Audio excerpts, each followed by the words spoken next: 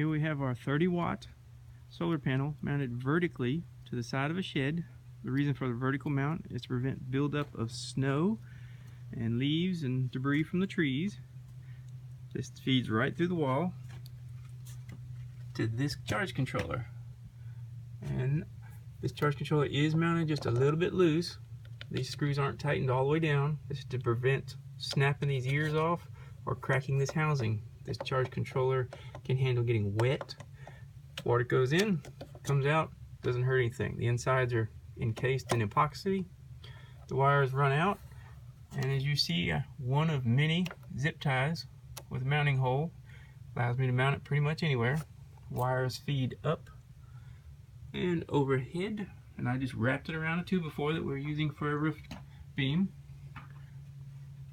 and down the wall on the other side to that battery box.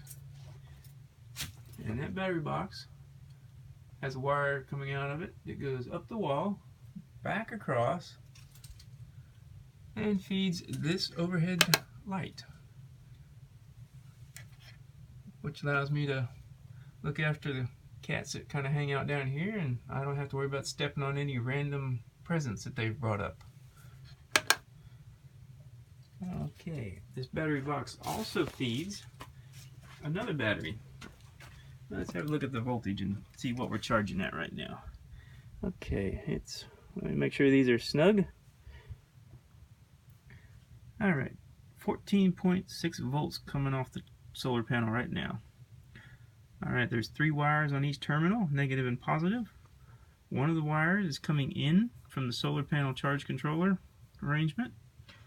The other wire feeds the overhead light. The third wire is a homemade set of jumper cables using the other half of a leftover battery tender cable. And it just simply feeds along the wall. I'll put a hook up here, so hopefully keep people from tripping over it or keep it out of the mud. And that feeds down here to this battery. There's just some.